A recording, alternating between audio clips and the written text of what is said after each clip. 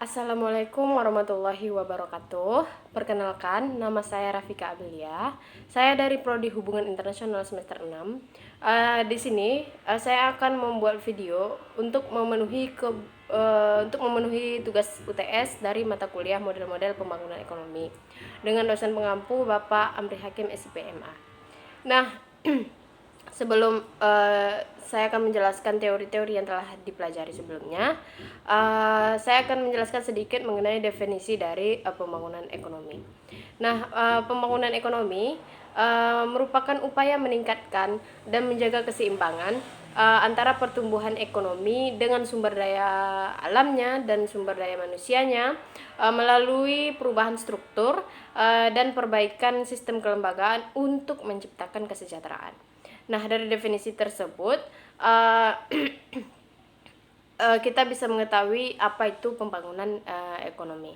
Setelah kita mengetahui definisi dari pembangunan ekonomi, lalu apa sih tujuan dari pembangunan ekonomi itu sendiri? Nah, secara sederhana, tujuan dari pembangunan ekonomi itu ada dua. Yang pertama yaitu menciptakan kesejahteraan. Kesejahteraan ini bermakna di mana angkatan kerja terpakai secara penuh. Jadi tidak adanya atau minimnya tingkat pengangguran di suatu negara. Yang kedua yaitu mampunya setiap manusia di sebuah negara memenuhi kebutuhannya. Nah, di sini bermakna bahwa tidak adanya lagi masyarakat yang miskin di suatu negara tersebut. Nah, inilah tujuan dari pembangunan ekonomi. Nah, sedangkan tujuan pembangunan ekonomi berdasarkan MDGs atau Millennial Development Goals itu ada beberapa hal. Yang pertama itu menanggulangi kemiskinan dan kelaparan. Yang kedua mencapai pendidikan dasar secara keseluruhan. Yang ketiga kesetaraan gender dan pemberdayaan manusia. Dan masih banyak lagi tujuan dari berdasarkan MDGs ini. Lalu setelah kita mengetahui definisinya, tujuannya, siapa sih yang akan menjalankan dari pembangunan ekonomi itu sendiri? Nah, ataupun aktornya. Nah, dalam pembangunan ekonomi terdapat 3 aktor dalam pembangunan ekonomi ini. Yang pertama yaitu pemerintah, di mana pemerintah merupakan suatu lembaga yang memiliki kekuasaan untuk membuat dan menerapkan hukum serta undang-undang dalam sebuah negara. Nah, fungsi dari pemerintah ini ada 4. Yang pertama sebagai regulator yang berfungsi untuk mengatur pembangunan ekonomi. Yang kedua sebagai fasilitator yang berfungsi mempertemukan atau mengkoordinasi aktor-aktor lainnya. Nah, aktor-aktor lainnya ini seperti rumah tangga, perusahaan, dan institusi keuangan. Yang ketiga, akselerator yang berfungsi mempercepat pembangunan dari ekonomi itu sendiri.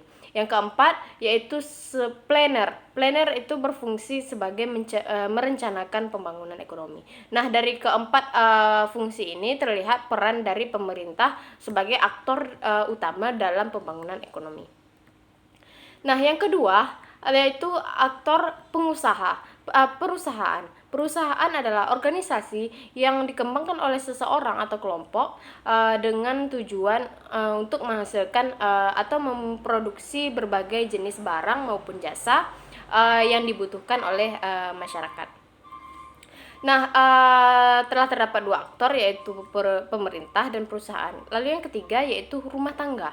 Rumah tangga ini seperti masyarakat dan lain sebagainya, di mana aktor rumah tangga ini akan mengkonsumsi atau menggunakan hasil produksi dari perusahaan. Nah, setelah kita mengetahui aktor dari pembangunan ekonomi, kita akan masuk membahas mengenai teori-teori pembangunan ekonomi berdasarkan level analisis. Nah, pembagian teori-teori pembangunan ekonomi berdasarkan level analisisnya itu terbagi menjadi 2 level, yaitu level analisis domestik, yang kedua level analisis internasional. Nah, beberapa beberapa minggu yang lalu atau yang telah kita pelajari itu lebih mengacu kepada level analisis secara domestik. Nah, pada level analisis domestik atau negara ini ada beberapa teori yang telah dibahas sebelumnya, yaitu seperti teori kewirausahaan atau entrepreneurship oleh Joseph Schumpeter. Yang kedua itu konsep etika Protestan. Yang ketiga yaitu teori tabungan investasi dari Harold Domar. Nah, banyak juga lagi beberapa teori yang akan dibahas pada mata kuliah model-model pembangunan ekonomi ini. Nah, pada teori level analisis domestik, yang pertama yaitu teori entrepreneurship dari Joseph Schumpeter, di mana teori ini berargumen bahwa pengusahalah yang berperan penting dalam melakukan pertumbuhan ekonomi. Nah, pengusaha itu adalah orang yang berani mencoba dan melakukan ide-ide baru atau inovasi untuk melakukan pertumbuhan ekonomi.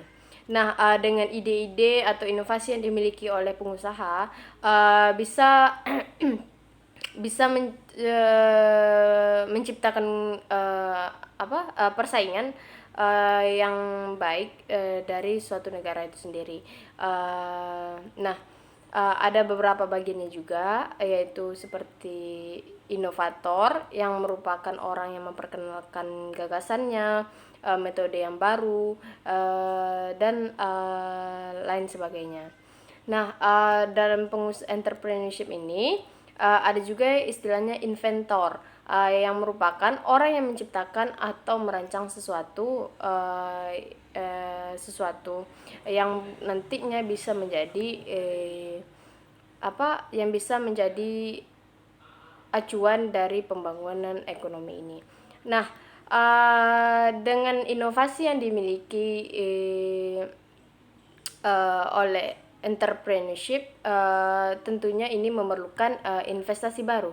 Investasi dapat dibedakan menjadi dua golongan. Yang pertama, penanaman modal otonomi dan penanaman modal terpengaruh. Nah, kondisi yang melatar belakangi pengusaha untuk melakukan inovasi ini dikarenakan lingkungan yang menunjang aktivitas kreativitas itu sendiri, yang bisa membantu, yang bisa mendorong timbulnya inovasi-inovasi baru untuk menciptakan atau memproduksi barang yang tentunya bisa dikonsumsi oleh aktor lainnya. Nah, yang kedua yaitu teori tabungan dan investasi atau Harold Domar. Teori dari Harold Domar ini berargumen bahwa pertumbuhan ekonomi ditentukan oleh tingginya tabungan dan investasi. Nah, kalau tabungan dan investasinya rendah, pertumbuhan ekonomi masyarakat atau negara tersebut juga akan rendah, di mana tabungan itu merupakan suatu hal yang menjadi suatu hal yang disisihkan dari pendapatan rumah tangga yang tidak dibelanjakan, kemudian disimpan dalam institusi keuangan atau di rumah itu sendiri.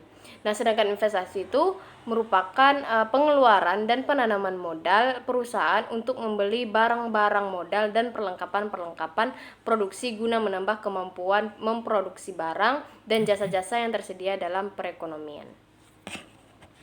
Nah, teori yang terakhir yaitu teori modernisasi. Teori modernisasi ini menekankan analisis tingkat negara yang menganggap bahwa faktor-faktor internal seperti nilai-nilai tradisional yang dianut oleh masyarakat dan tidak adanya investasi modal menghambat dari pembangunan.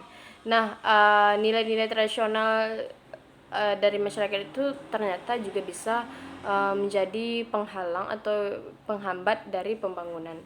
Nah, teori ini berargumen ada gerak maju linear dari masyarakat primitif atau tradisional ke masyarakat modern melalui proses industrialisasi. Nah, Dengan teori ini ada beberapa teoritisi yang menganggap bahwa konsep modernisasi ini terdiri atas 4 proses yang terjadi pada tahap yang berbeda-beda pada masyarakat, tentunya berupa peralihan dari teknologi sederhana ke teknologi kompleks, urbanisasi, pergeseran dari kekuatan binatang dan manusia ke mesin, dan menganggap modernisasi dari hasil bumi ke perdagangan. Ini menurut Neil J. Smelser, bahwa konsep modernisasi ini terdiri atas 4 proses tersebut. Nah, seperti yang kita ketahui bahwa banyak saat ini masyarakat yang masih menganut nilai-nilai yang mereka pahami, yang tentunya nanti bisa menjadi penghambat dari pembangunan ekonomi. Namun dengan proses industrialisasi itu menentukan dan memperlihatkan kepada kita bahwa telah terjadinya pergeseran atau perkembangan dalam pembangunan ekonomi, sehingga fungsi-fungsi yang dulunya digunakan secara manual dan kini bisa dilakukan dengan otomatis atau menggunakan mesin dan lain sebagainya. Nah, hal-hal seperti ini menentukan bagaimana pembangunan ekonomi itu bisa terus berkembang dan menjadi perhatian setiap masyarakat agar bisa mudah melakukan kegiatannya sehari-hari. Mungkin demikianlah penjelasan yang bisa saya sampaikan sedikit mengenai teori-teori dari model-model dari teori-teori pembangunan ekonomi. Lebih dan kurangnya saya mohon maaf. Saya tutup. Wabillahi taufik wal hidayah. Wassalamualaikum warahmatullahi wabarakatuh.